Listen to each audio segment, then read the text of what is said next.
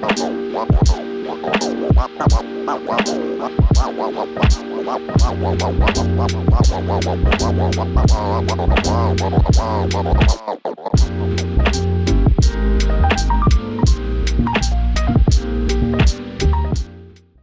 lot of these companies are chewing people up. We're talking about the people who get into cannabis with good intentions. They want to add value. They want to be a part of this industry. And then they run into these toxic workplaces, which I think are obviously a trickle-down effect from the careless leadership. Either people who aren't qualified to manage people or just don't care enough to make sure it's done right.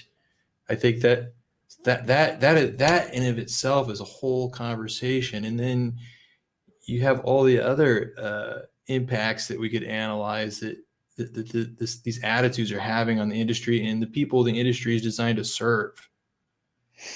My favorite part to go there is the Dunning-Kruger effect, man.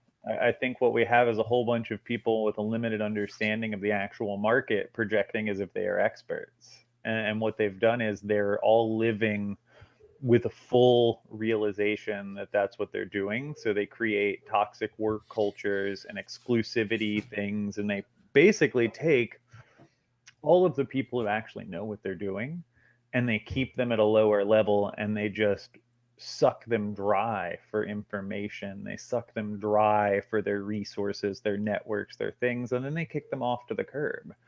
And they look for the wrong things when they're hiring people. It's this whole thing where I think there is this forever problem of they're hiring the wrong people for middle management through director level. And then those people are creating a barrier.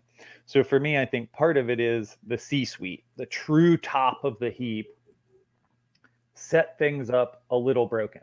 I think some of them did it on purpose. I think some of them did it without even realizing they were doing it. But what it's created is this toxic culture right there in the middle where they're preventing innovation. They're preventing growth for the company. They're doing things that quite literally shoot the company in the foot for a single person's gain, if that makes sense. And that's something I've experienced personally in jobs. And it's something like, so the whole idea behind this came from, I don't have any friends outside of cannabis anymore. Almost everyone I talk to in any way, shape, or form is in the cannabis industry. And it was becoming a thing where it almost became the open secret of the industry. You know what I mean? Like the water cooler talk is like, what's going on at the top? What is happening up there? Why can't we get this or that? And it's sad because we could be a destination industry. You know what I mean? We could be a lot more than we are. And I think we're hurting ourselves as an industry by continuing down this path of toxic middle management pushing down.